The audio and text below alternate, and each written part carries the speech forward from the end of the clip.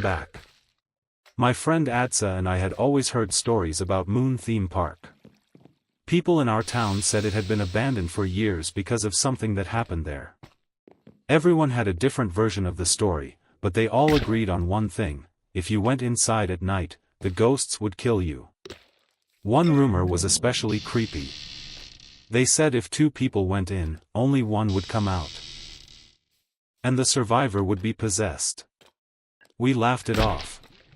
It sounded like one of those fake horror stories everyone tells. So we packed some camping gear and decided to spend the night inside the park. The place was completely destroyed. Rust covered every ride, weeds had taken over the paths, and the silence felt wrong. We explored for a while before setting up our tents. Nothing happened that night. The next morning was strange.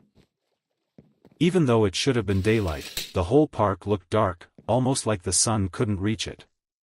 As we walked around, we suddenly heard carnival music. Then we saw it. The rides were moving. The roller coaster was running. The Ferris wheel was turning. And somewhere in the distance, people were laughing. There wasn't anyone there. We ran back to our tent, trying to convince ourselves it was just the wind. That's when something slammed into it from outside. We stumbled out and saw what looked like a giant werewolf charging straight at us. We barely escaped. I grabbed a sharp broken tree branch from the ground while Biturbo distracted it. At the last second, I drove the stick into its side. The creature let out an awful scream before disappearing into the darkness. We thought it was over. Then we looked toward the roller coaster. People were sitting in every seat. They weren't moving. They were all smiling. The smiles kept getting wider and wider, until they didn't even look human anymore. Suddenly every one of them opened their mouths and let out one long scream. We didn't wait to see what happened next.